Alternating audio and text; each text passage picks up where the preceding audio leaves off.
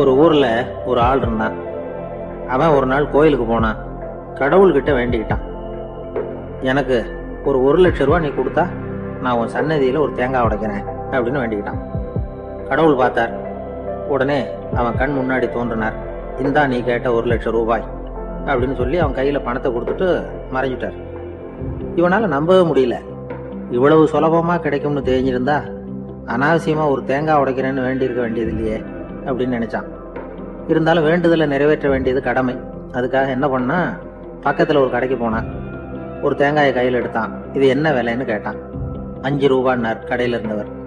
அதிகமா இருக்குதே விலைன்னா.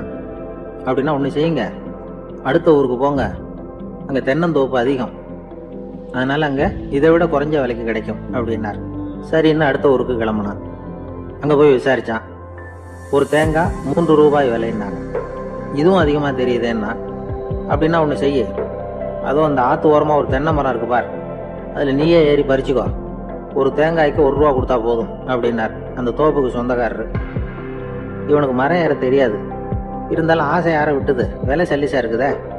ஆத்து ஓரம் போனா தட்டு தடுமாறி அந்த மரத்துல ஏறினா அந்த தென்னை மரம் வளைஞ்சி ஆத்து பக்கம் போய் அப்புறம் நிமிர்ந்து இருந்தது. அதாவது மரத்தின் உச்சி சரியா ஆத்துக்கு நடுவுல இருந்தது. ஆத்துல வெள்ளம் கரபுரண்டு ஓடிட்டு இருக்கு.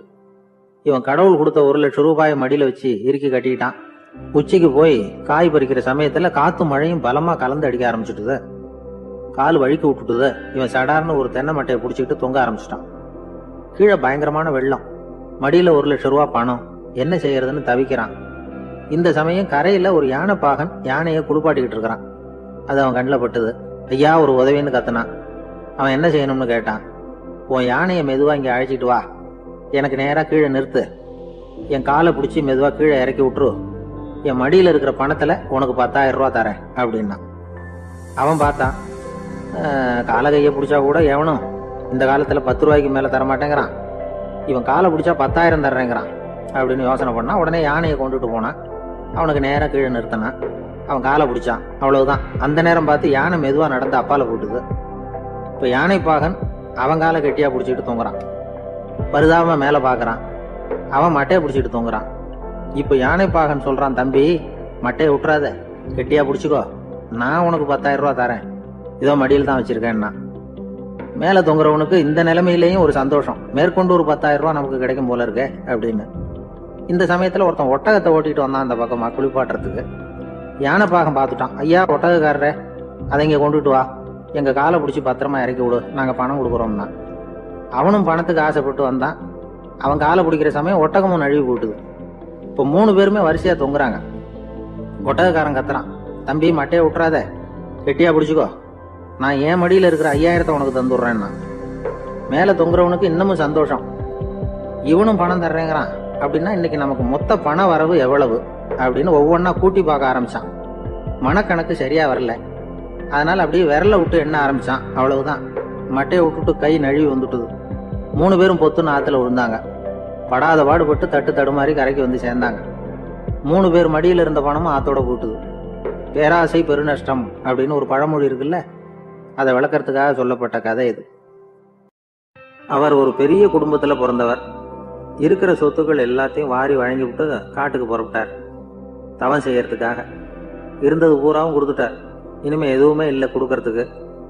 அப்போ கடைசியா ஒருத்தன் வந்து கையை நீட்டினானா, ஐயா ஏதாவது கொடுங்கன்னு இருக்கான். அவர் பார்த்தார். கட்டியிருக்கிற வேட்டியை தவிர வேற எதுவுமே இல்லை. 8 முழம் பட்டு வேட்டி, ஜரிகை கரையோடு இருக்குது. கடைசியா அதை தான் எடுத்துக்கிட்டு அவர் புறப்பட்டு இருக்கார். அவர் பார்த்தார், எதிரில் அவன் பரிதாபமா நின்றுட்டு இருக்கிறான். அந்த 8 முழ வேட்டியை 2ஆ கிழிச்சார்.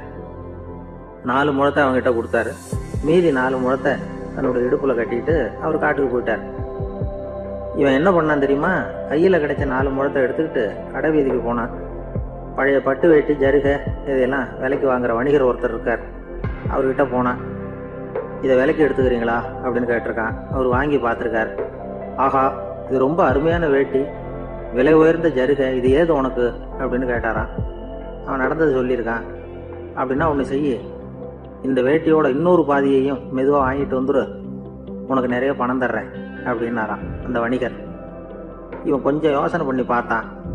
கொஞ்சம் இருங்க வந்துடுறேன் அப்படின்னு சொல்லிவிட்டு நேராக காட்டுக்கு போனான். அவர் எங்கே இருக்காருன்னு தேடி கண்டுபிடிச்சான். அவர் ஒரு இடத்துல தவக்கோலத்தில் இருக்கிறார். கட்டியிருந்த இடவேட்டியும் அவர் அறியாமல் நழுவி கீழே விழுந்து கிடக்குது. இவனுக்கு ரொம்ப வசதியாக போச்சு. அவரை கேட்க வேண்டிய அவசியமே இல்லை. மெதுவாக சத்தம் போடாமல் அடி மேலே அடி வச்சு நெருங்கினான். அவர் கண்ணை மூடிக்கிட்டு அவர் பாட்டு நின்றுட்டு இருக்கிறார். இவன் மெதுவாக போய் கீழே கிடந்த அந்த துணியை எடுத்துக்கிட்டு சத்தம் போடாமல் திரும்பி நடந்தான். ஒரு 2-3 அடி எடுத்து வச்சிருப்பான். அப்படி ஓட ஆரம்பிக்கிற சமயத்தில் அவன் காலில் கீழே கிடந்த முள்ளு ஒன்று நறுக்குன்னு தச்சு விட்டுது. வலி தாங்க முடியாமல் அம்மான்னு கத்திருக்கான். இந்த சத்தத்தினால கண்ணை மூடி நின்றுக்கிட்டு இருந்த அவரோட தவம் கலைஞ்சது. மெல்ல கண்ணை திறந்து பார்க்குறார். தன் இடையில இருந்த வேட்டி அவன் கையில் இருக்கு. இப்போ அவர் நினைக்கிறார். என்ன நினைக்கிறாருன்னா, இந்த வேட்டி மீது நான் வைத்த ஆசை அல்லவா அவனை திருடனாக ஆக்கி விட்டது அப்படின்னு நினைச்சாராம். இந்த வேட்டி மேல நாம வச்ச ஆசை அவனை திருடும்படி ஆக்கி விட்டதே அப்படின்னு நினைச்சாராம். இது எப்பேற்பட்ட மனநிலை அப்படிங்கிறத கொஞ்சம் யோசனை பண்ணி பாருங்க. தான் ஒரு பொருள் மேல வச்ச பற்று இன்னொரு மனிதன் திருடனாக ஆகிறதுக்கு காரணம் ஆயிட்டுதேன்னு நினைக்கிறார். அப்படி நினைச்ச அந்த பெரியவர் யார் தெரியுமா? அவர் தான் மகாவீரர். இழந்துட்டேங்கிறியே, நீ என்னத்தை கொண்டுகிட்டு வந்த எங்க இழந்துடுறதுக்கு? நீ என்னத்தை உண்டாக்குன இது அழிஞ்சுட்டுதுன்னு சொல்றதுக்கு? இதுதான் அவருடைய சிந்தனை. இன்றைக்கு நம்ம சிந்தனையெல்லாம் வேற மாதிரி இருக்குது. இந்த உலகத்துல தான் மட்டும் வாழ்ந்தா போதும் அப்படின்னு நினைக்கிறவங்க உண்டு. தானும் வாழணும், அடுத்தவங்களும் வாழணும் அப்படின்னு நினைக்கிறவங்களும் உண்டு. முதல்ல சொன்ன வகையை சேர்ந்த மனிதர்கள் எப்படி தெரியுமா?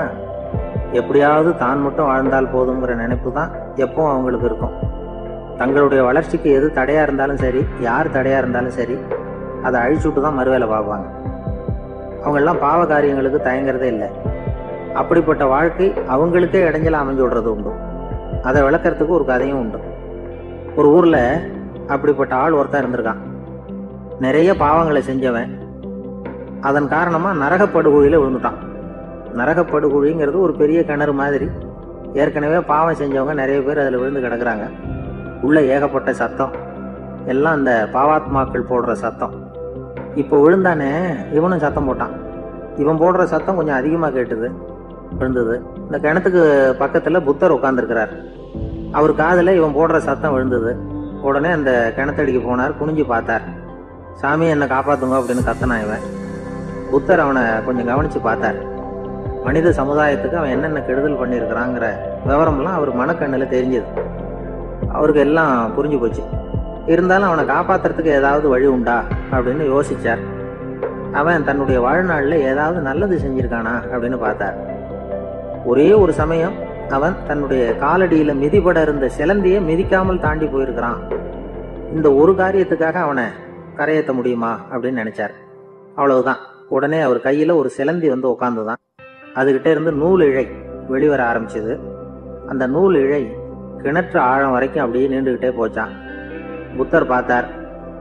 இந்த நூலை பிடிச்சிக்கிட்டு மேலே ஏறி வா அப்படின்னார். என்னங்க சொல்றீங்க? இந்த சிலந்தி நூல் என்ன தாங்குமான்னு கத்தனான். எல்லாம் தாங்கும், அதை பிடிச்சிக்கிட்டு ஏறி வா அப்படின்னார். சந்தேகத்தோடவே அவன் அந்த நூல் இழைய பிடிச்சி இழுத்து பார்த்தா ரொம்ப வலுவா இருந்தது. அவனுக்கு ஆச்சரியம்.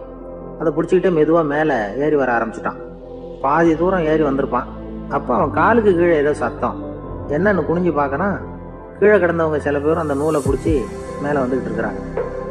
இவனுக்கு கோவம் வந்துட்டுது. தன்னுடைய இடுப்புல வச்சிருந்த கத்தியை எடுத்து தன்னுடைய காலுக்கு கீழே நூல் இழையை அப்படியே வெட்டி விட்டான். இனிமே நாம மட்டும்தான் மேலே ஏறி வந்துடணும் அப்படின்னு நினைச்சுக்கிட்டான். ஆனா நடந்தது என்ன தெரியுமா? மொத்த நூல் இழையும் அப்படியே அருந்து கீழே விழுந்துடுது. அவனும் பொத்துன்னு கீழே விழுந்துட்டான். மறுபடியும் கத்த ஆரம்பிச்சுட்டான். ஏற்கனவே அவன் செஞ்சிருந்த ஒரு சிறு கருணை அந்த நூல் இழைக்கு உறுதியை கொடுத்தது. இப்போ அவன் செஞ்ச பாவம் அந்த நூல் இழைய வலுவிழக்க செஞ்சுட்டுது. அடுத்தவங்களும் வாழணுங்கிற எண்ணம் அவனுக்கு இருந்திருந்தா இப்போ அவனும் கரையேறி வந்திருப்பான், மற்றவங்களும் சௌக்கியமா வந்து சேர்ந்திருப்பான். அதனால நாமும் வாழணும், அடுத்தவங்களும் வாழணும் அப்படின்னு நினைக்கிறவன் வாழ்க்கையில சீக்கிரம் முன்னுக்கு வந்துருவான். ஒரு பள்ளிக்கூடத்துல ஒரு புதுமையான போட்டி நடந்துதான். அதாவது சோம்பேறித்தனத்துக்கு பரிசு. அதுல 2வது பரிசு யாருக்குன்னு அறிவிச்சாங்க. ஒரு பையன் எழுந்திருச்சு மெதுவா நடந்து போய் பரிசை வாங்கிட்டான். அடுத்தது முதல் பரிசு யாருக்கு அப்படின்னு அறிவிச்சாங்களாம். அவன் கடைசி வரிசையில இருந்து கத்தனானா, ஐயா அதையும் அந்த பையன் மூலமாவே கொடுத்து அனுப்பி வச்சிருங்க, இங்க வந்தது நான் வாங்கிக்கிறேன் அப்படின்னா. என்னுடைய நண்பர் ஒருத்தர், அவருக்கு ஜாதகத்துல நம்பிக்கை உண்டு. அவரே ஜோசியம்லாம் பார்ப்பார்.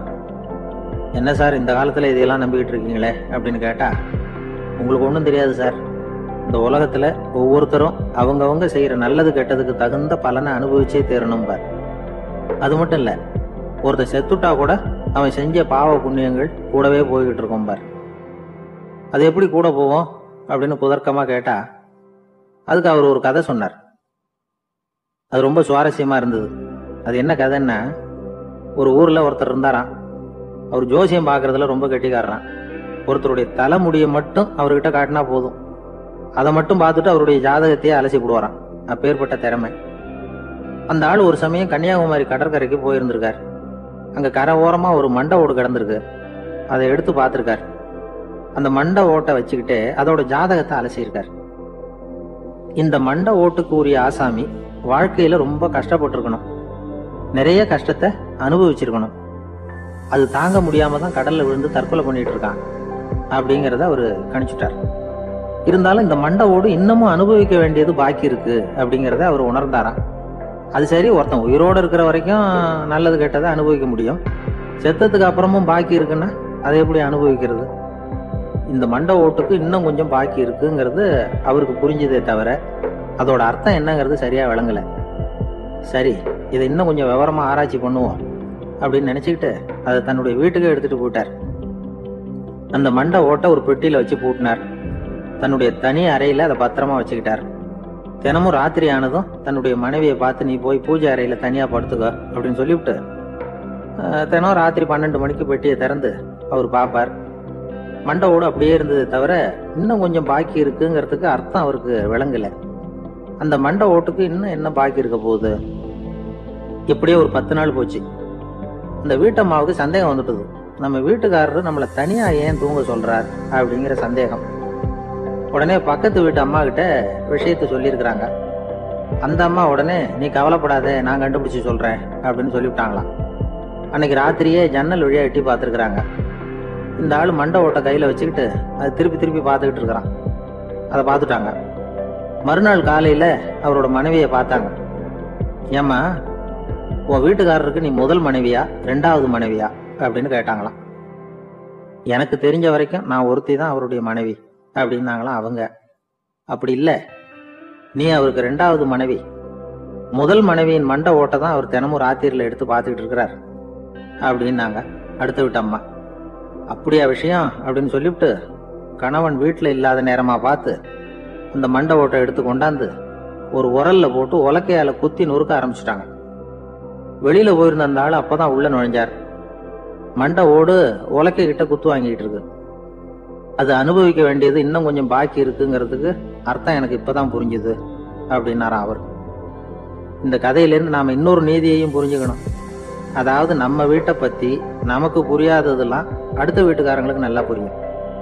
இந்த காலத்துல ஒருத்தர் ஒரு நீச்சல் குளத்துல நீச்சல் அடிச்சுட்டு இருக்கிறார். காவலுக்கு இருந்தவர் அதை கவனிச்சுட்டார். கரையில இருந்து சத்தம் போட்டாராம், இதோ பாருங்க, இங்க ராத்திரி 8 மணிக்கு மேல நீச்சல் அடிக்கிறது சட்டப்படி குற்றம், அதுக்கு அனுமதி கிடையாது, தெரியாதா உங்களுக்கு அப்படின்னாராம். இதுக்கு அவரு, ஐயோ நான் நீச்சல் அடிக்க வந்தவன் இல்லைங்க, சும்மா சுத்தி பார்க்க வந்தவன், தடுமாறி குளத்துல விழுந்துட்டேன், நீச்சல் தெரியாது, அதனால தத்தளிச்சுக்கிட்டு இருக்கிறேன் அப்படின்னு கத்துனாராம். கரையில இருந்தவர் பார்த்தார். ஓ அப்படின்னா சரி, அதுக்கு ஒன்றும் தடை இல்லை அப்படின்னு சொல்லிவிட்டு அவர் பாட்டு நடந்து போயிட்டாராம். நம்ம கிட்ட ஒருத்தன் தப்பா நடந்துகிட்டானா உடனே நாம என்ன செய்வோம்? கையை ஓங்கிட்டு அவனை அடிக்க போவோம். நாம அவங்கிட்ட அவனை விட ஒருபடி மேலா தப்பா நடந்துக்குவோம். ஆனா பெரியவங்க எல்லாம் அப்படி நடந்துக்கிறது இல்லை. இன்னா செய்தாரை ஒருத்தல் அவர் நாண நன்னயம் செய்து விடல் அப்படின்னு வள்ளுவர் சொல்லியிருக்காரு இல்லையா? அதுக்கு தகுந்த மாதிரி நடந்துக்குவாங்க. பாயசித் விஸ்தாமிங்கிறவர் ஒரு பெரிய ஞானி. அவர் ஒரு நாள் ராத்திரி ரொம்ப நேரம் மசூதியில இருந்துட்டு வீட்டுக்கு திரும்பி வந்துகிட்டு இருக்கிறார். வழியில ஒரு குடிகாரன், அவன் கையில ஒரு இசை கருவி, அதை கண்ணா பின்னான்னு மீட்டிக்கிட்டு வாய்க்கு வந்தபடியே என்னத்தையோ பாட்டுன்னு நினைச்சுக்கிட்டு பாடிக்கிட்டு அவன் பாட்டுக்கு கிடக்குறான் வழியில. அதோட இருந்தாலும் பரவாயில்ல, அந்த பக்கமா வழியில போறவங்க வர்றவங்களை எல்லாம் பார்த்து கண்ணா பின்னான்னு திட்டிக்கிட்டு இருக்கிறான், ரொம்ப வளர்க்குறான். பாயசித் பிஸ்தாமிங்கிற அந்த பெரியவர் அந்த வழியா போறார். அவனை பாக்குறார். அவனுடைய நிலைமைய பார்த்துட்டு பரிதாபப்படுறார். ஏப்பா இது மாதிரி எல்லாம் நடந்துக்கிற, இப்படி நடக்கலாமா அப்படின்னு ஏதோ கொஞ்சம் புத்திமதி சொல்றதுக்கு ஆரம்பிச்சார். அவனுக்கு கோபம் வந்துட்டுது. கையில வச்சிருந்த வாத்திய கருவி அதால ஓங்கி அந்த பெரியவர் தலையில ஒரு அடி கொடுத்தான். ரத்த காயம் ஏற்பட்டு போச்சு. அவன் கையில இருந்த இசை கருவியும் அடிச்ச வேகத்துல 2ஆ உடைஞ்சு போச்சு. அவ்வளவு வேகமா அடிச்சிருக்கான். இவ்வளவு தூரத்துக்கு நடந்து போச்சு இல்ல, அந்த மாபெரும் ஞானி வாயை திறந்து ஒரு வார்த்தை கூட பேசல. பேசாம தலையை பிடிச்சிக்கிட்டு அவர் பாட்டு போயிட்டார். மறுநாள் அந்த பெரியவர் என்ன பண்ணார் தெரியுமா? கொஞ்சம் இனிப்பு பண்டங்கள், கொஞ்சம் பணம், இது ரெண்டையும் ஒரு ஆள் மூலமா அனுப்பி வச்சார் அந்த குடிகாரனுக்கு. அவனுக்கு ஒன்றும் புரியல. என்ன விவரம்னு விசாரிச்சான். வந்த ஆளு ஒரு கடுதாசியை நீட்டினான். அதுல விவரம் இருந்தது. ஞானி எழுதியிருக்கிறார், இதை பார்ப்பா, உங்களுடைய இசைக்கருவி உடையறதுக்கு என்னுடைய தலை காரணமா ஆயிட்டுது. அதுக்காக நான் ரொம்ப வருத்தப்படுறேன். அதுக்காக தான் பணம் அனுப்பி வச்சிருக்கேன். வேற புதுசா ஒரு இசைக்கருவி வாங்கிக்கோ. அப்புறம் இன்னொரு விஷயம், நேற்றுக்கு ராத்திரி என்கிட்ட ஏகப்பட்ட கசப்பான வார்த்தைகளை பேசினேன். இதோட அனுப்பியிருக்கிற இனிப்பு பண்டங்களை சாப்பிட்டு உன்னுடைய நாவல உள்ள கசப்பை மாத்திக்கோ அப்படின்னு அதுல எழுதப்பட்டிருந்தது. இந்த சமயத்துல அவன் குடி மயக்கத்துல இல்லை, தெளிஞ்சு போயிருந்த நேரம் இது. அதனால அதை படிச்ச உடனே அவனுக்கு ரொம்ப வெக்கமா போச்சு. தலை குனிஞ்சான், யோசனை பண்ணான். கொஞ்ச நேரத்துல தன்னுடைய நண்பர்கள் சில பேரையும் கூப்பிட்டுக்கிட்டு நேரம் அந்த ஞானி இருக்கிற இடத்துக்கு ஓடினான். அவர் காலில் விழுந்தான், அவர்கிட்ட மன்னிப்பு கேட்டுக்கிட்டான். பெரியவங்களே தெரியாம நான் இந்த பாவ செயலை பண்ணிவிட்டேன், என்னை மன்னிச்சுங்க, உங்களுடைய பொறுமையும் போதனையும் என்னுடைய கண்ணை திறந்துட்டுது. இனிமே நானும் என்னுடைய நண்பர்களும் நல்ல வழியில திருந்தி வாழ போறோம் அப்படின்னா. ஞானி செய்த நன்னயம் குடிகாரனை எப்படி திருத்திருக்கு பாத்தீங்களா? இந்த கதையை கேட்டுட்டு ஒருத்தர் சொன்னார், என் வாழ்க்கையில கூட அப்படி ஒரு சம்பவம் நடந்தது சார். நானும் ஒரு நாள் ராத்திரி ஓவரா குடிச்சிட்டு ஒரு கிட்டாரை வாசிச்சுக்கிட்டு கண்ணாபின்னான்னு உளறிக்கிட்டு திட்டிக்கிட்டு இருந்தேன். அந்த சமயம் அந்த வழியா ஒருத்தர் வந்தார். ஓங்கி தலையில ஒரே ஒரு அடி, ரத்தம் வந்துட்டுது. அதுக்கப்புறம் என் மனசு தெரிஞ்சுட்டுது சார் அப்படின்னார். அப்படியா என்ன? ஆச்சரியமா.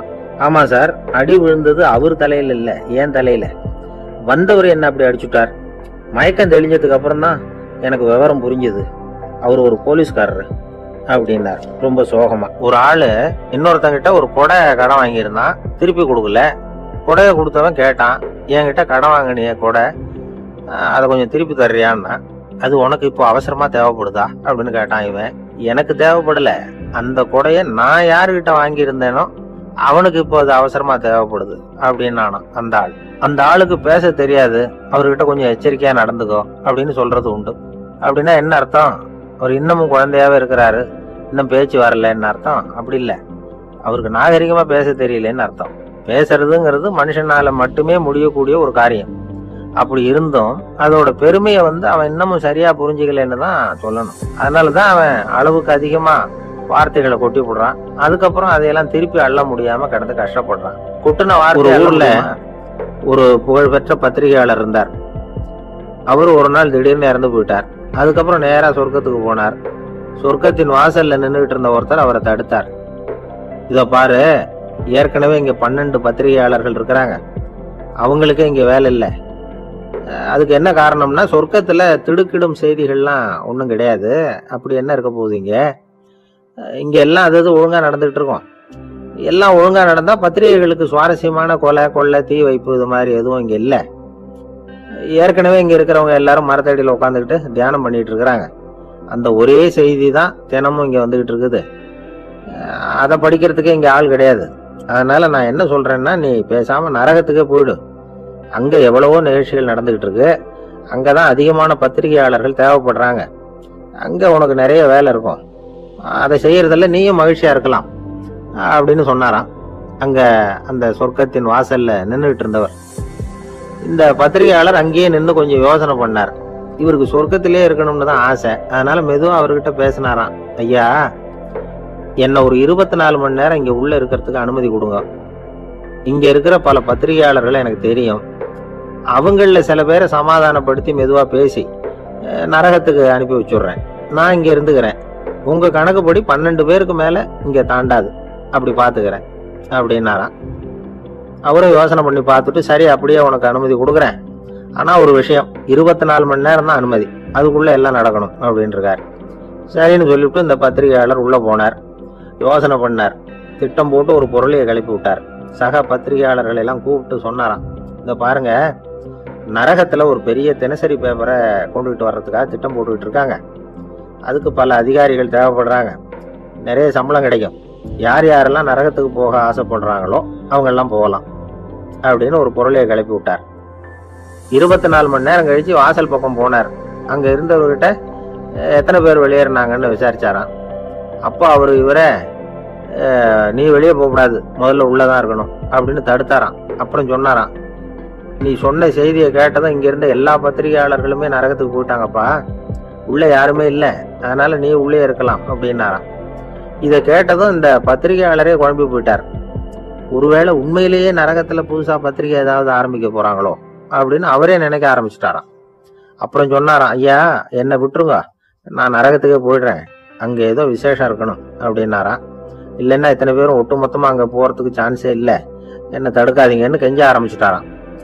மற்றவங்க நம்பணுங்கிறதுக்காக ஒரு பொருளையை கிளப்பி விட்டார். கடைசியில தானே அந்த பொருளைக்கு ஆளாயிட்டார். அதாவது பிறரை ஏமாற்றிய அவரது மனம் கடைசியில அவரையே ஏமாத்த ஆரம்பிச்சுட்டு பாருங்க. நீங்க இப்படி அடுத்தவங்களை ஏமாத்துறதுக்கு உங்க மனசை பழக்கப்படுத்துறீங்க, ஆனா கடைசியில அதனால நீங்களே ஏமாற்றப்படுகிறீர்கள் அப்படிங்கிறது பெரியவர்களுடைய புத்திமதி. அதனால உங்க மனசுகிட்ட ரொம்ப எச்சரிக்கையா இருங்கோ அப்படிங்கிறாங்க. ஒரு ஆளு ஆத்துக்கு மீன் பிடிக்கிறதுக்காக போனான். இன்னும் விடியல. அதுக்குள்ள வலையை எடுத்துட்டு கிளம்பி போயிட்டான். வெளிச்சம் வர்றதுக்கு முன்னாடியே போய் சேர்ந்துட்டான். விடிகிற வரைக்கும் என்ன பண்றது, சும்மா கரையிலேயே உட்காந்து காலை ஆட்டிட்டு இருக்கிறான். காலில் ஏதோ ஒரு சின்ன மூட்டை தட்டுப்பட்டது. இருட்டுல அது என்னன்னு சரியா தெரியல. மூட்டைக்குள்ள சின்ன சின்ன கல்லா நிறைஞ்சிருக்குது. சும்மா பொழுது போகணுமேங்கிறதுக்காக இவன் அந்த மூட்டைக்குள்ள இருந்து ஒவ்வொரு கல்லா எடுத்து ஆத்துல வீசிக்கிட்டு இருக்கிறான். விடிகிற வரைக்கும் வேற வேலை இல்லைங்கிறதுனால எப்படி செஞ்சுக்கிட்டே உட்காந்துருக்கிறான். கிழக்க மெதுவா வெளிச்சம் தெரிய ஆரம்பிச்சது. பொழுது விடியறதுக்கான அறிகுறி. இதுக்குள்ள அந்த மூட்டையில இருந்த எல்லா கல்லையும் எடுத்து வீசி எறிஞ்சுட்டான். கடைசியா ஒரே ஒரு கல்லு மட்டும்தான் கையில பாக்கி இருந்தது. வெளிச்சம் வந்ததும் அந்த கல்லை பார்த்தான், அப்படியே தகைச்சு போயிட்டான். அடடா, இது வரைக்கும் தெரியாம தப்பு பண்ணிட்டோமே அப்படின்னு நினைச்சான். ஏன் தெரியுமா, அவன் கையில இருந்து வெறும் கல் இல்ல, விலை வசந்த ரத்தன கல். அது இருட்டுல என்னன்னு புரியாததுனால மூட்டையில இருந்த எல்லா ரத்தன கல்லையும் ஆத்துல வீசி எறிஞ்சிருக்கிறான். இப்போ அவனுக்கு அழுகையே வந்துடும் போல இருந்தது. வாழ்க்கைய வசதி ஆக்கிக்கிறதுக்கான வாய்ப்பு அவனுக்கு இருந்தது. இருந்தாலும் இருட்டுல அதை இழந்துட்டான். அந்த வகையில அவனுக்கு கொஞ்சம் அதிர்ஷ்டம் இருந்திருக்குது. அதாவது ஏதோ ஒரு வகையில இருந்திருக்குது. அதனாலதான் அந்த கடைசி கல்ல எரியறதுக்குள்ள வெளிச்சம் வந்துட்டு. பல பேருக்கு அந்த அளவு கூட அதிர்ஷ்டம் வர்றது இல்ல.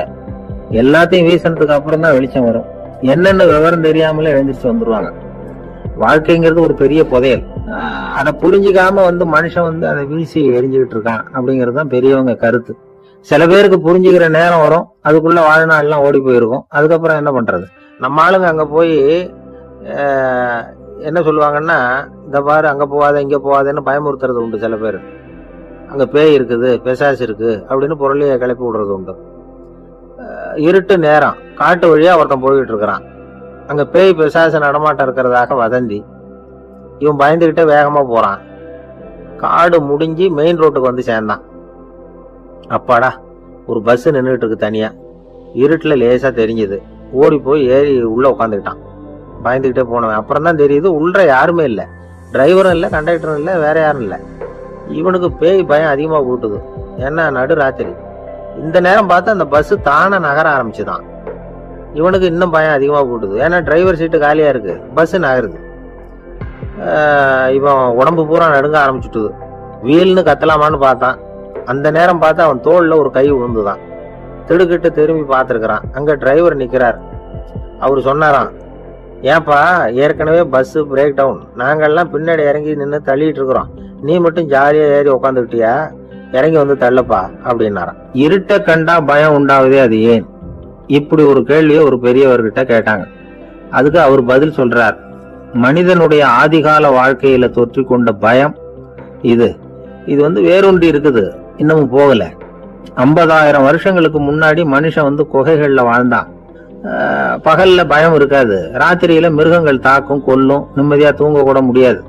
அதனால இந்த மனுஷனுக்கு இரவுன்னா மரணம், பயம் அப்படின்னு பழகி போச்சு. மனிதர்களுடைய எல்லா மனசையும் சேர்த்து மொத்தமா ஒரு மனசு உண்டு. மனிதர்களுடைய நினைவு இந்த மொத்த மனசுல பதிஞ்சிருக்கு, பரவுது. இந்த மொத்த மனசுல இருட்டு பற்றிய பயம் பதிந்து நீடிக்குது அப்படிங்கிறார் அவர். இந்த காலத்துல இரவை பகலாக்கிறதுக்கு எவ்வளவு விளக்குகள்லாம் வந்தாச்சு.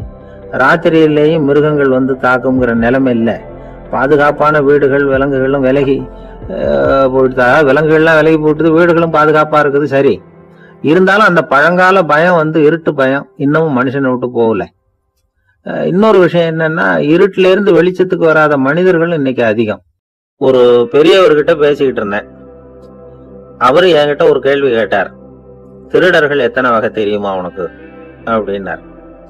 இதுதான் அவர் கேட்ட கேள்வி. எதுக்காக என்ன பார்த்து அந்த கேள்வி கேட்டாரு தெரியல. இருந்தாலும் நான் வந்து அவருக்கு பதில் சொன்னேன். திருடர்கள்ல வந்து எத்தனையோ வகை உண்டுங்க. கார் திருடன், சைக்கிள் திருடன், முகமூடி திருடன், இப்படி சொல்லிட்டே போகலாம். இருந்தாலும் என்னுடைய சிற்றறிவுக்கு எட்டுன வரையில திருடர்களை வந்து 2 வகையா பிரிக்கலாம் அப்படின்னு நினைக்கிறேன். ஒன்னு ராத்திரியில திருடுற திருடன், இன்னொருத்தன் பகல்ல திருடுற திருடன். அதாவது பகல் திருடன், ராத்திரி திருடன் அப்படின்னு பெரியவர் சிரிச்சார். என்ன சிரிக்கிறீங்களே, என்ன கள்வர்கள் 4 வகை அப்படின்னு ஆரம்பிச்சார். எப்படின்னு கேட்டேன். சாப்பாட்டுக்கு இல்லாம திருடுறாங்க பாருங்க, அது ஒரு வகையாம். சாப்பாட்டுக்கு இருந்தும் திருடுறாங்க பாருங்க, அது ஒரு வகையாம். இதை தவிர இன்னும் ஒரு 2 வகை திருட்டு உண்டு. அது என்னன்னா, ஆண்டவன் கிட்ட இருந்து நாம திருடுற திருட்டு, இன்னொன்னு என்னன்னா நம்ம கிட்ட இருந்து ஆண்டவன் திருடுற திருட்டு அப்படின்னார். எனக்கு ஒன்றும் புரியல. என்ன சார் இது, ஆண்டவனையே வந்து திருடன்னு சொல்றீங்களே அப்படின்னு ஆச்சரியமா. ஆமாங்க, ஆண்டவனை வந்து கள்வன்னு சொல்றது இல்லையா. காஞ்சிபுரத்துக்கு பக்கத்துல திருக்கார்வனம் அப்படின்னு ஒரு ஊர் இருக்கு. அங்க உள்ள பெருமாளுக்கு வந்து கள்வர்னு தான் பேரு. அது மட்டும் இல்ல, திருமங்கை ஆழ்வார் தம்முடைய திரு நெடுந்தாண்டகத்துல கார்வனத்துள்ளாய் கல்வா அப்படின்னு தான் அழைக்கிறார் அப்படின்னு நிறைய உதாரணம்லாம் சொல்ல ஆரம்பிச்சார். அதுக்கப்புறம் அவர்கிட்ட பேசி நான் புரிஞ்சுக்கிட்ட விவரங்களை தான் நான் இப்போ உங்ககிட்ட சொல்ல போறது. அதாவது அவர் சொன்ன முதல் வகை திருடர்கள் வந்து சாப்பாட்டுக்கு இல்லாம திருடுறவங்க. இவங்களை வந்து திருத்தி போடலாம். சாப்பாட்டுக்கு இருந்தும் பணம் சேர்க்கணுங்கிற ஆசையால பொய் கணக்கெல்லாம் எழுதுறாங்க பாருங்க, அவங்க தான் 2வது வகை. 3வது வகை திருட்டு தான் மிகப்பெரிய திருட்டு. இறைவனுக்கு சொந்தமானதை நம்முடையதுன்னு நினைக்கிற திருட்டு. எது இறைவனுக்கு சொந்தமானது அப்படின்னா ஆத்மா. பகவானுக்கு சொந்தமான ஆத்மாவை நம்முடையதுன்னு நினைக்கிறது தான் அந்த மாபெரும் திருட்டு. இதுக்கு பேர் தான் ஆத்மாபகாரமா. சரி, இதுக்கு பரிகாரம் என்ன? எல்லாம் இறைவனுடையது, நமக்கு ஒண்ணும் இல்லை அப்படின்னு நினைக்கிறது தான் இதுக்கு பரிகாரம். இதெல்லாம் இருக்கட்டும். 4வது திருட்டு ஒண்ணு சொன்னோம்ல, ஆண்டவன் நம்ம கிட்ட இருந்து திருடுறது. அது எப்படி? ஆண்டவனை வந்து கள்வன்னு சொல்றாங்க, அது சரி. அவர் என்னத்தை திருடினார்? இப்போ இன்னொருத்தருக்கு சொந்தமான ஒன்னை எடுத்து வச்சுக்கிறது தான் கள்ளத்தனம். ஆனா ஆண்டவன் எடுத்துக்கிட்டோம்னா இருக்கிறது எல்லாமே அவனுக்கு சொந்தம். அப்படி இருக்கிறப்போ அவரை எப்படி கள்வன்னு சொல்றது? இது என்ன புரியாம இருக்குது அப்படின்னு சொல்லி பார்த்தா அதுக்கும் விளக்கம் சொல்றாங்க அவங்க. அதாவது ஆண்டவனுக்கு வந்து உருவமே கிடையாது, அரூபமா இருக்கிறவன், அதாவது உருவம் இல்லாம இருக்கிறவன். அப்படி உள்ள பகவான் வந்து நம்மள மாதிரி உருவத்துல இருக்கிறான். நம்மள மாதிரியே கையை காலு மூக்கெல்லாம் இருக்குது ஆண்டவனுக்கு. இந்த உருவம் நம்ம கிட்ட இருந்து திருடுனது தானே. அவன் வந்து தன்னுடைய உண்மையான திருமேனியை வந்து நமக்கு காட்டாம, அதாவது தரிசனம் கொடுக்காம இருக்கிறது கள்ளத்தனம் தானே. அதனாலதான் இதுவும் ஒரு பெரிய திருட்டு, இருக்கிறதுலயே மிகப்பெரிய திருட்டு அப்படிங்கிறார். என்கிட்ட பேசிக்கிட்டு இருந்தாரு, இந்த விஷயம்லாம் சொல்லிட்டு இருந்தாரு அந்த பெரியவர். அதாவது திருட்டை வந்து ஆன்மீக நோகத்துல அவர் பாக்குறார். நம்ம பார்வையில இதை விட அபூர்வமான திருட்டுலாம் இங்க உண்டு.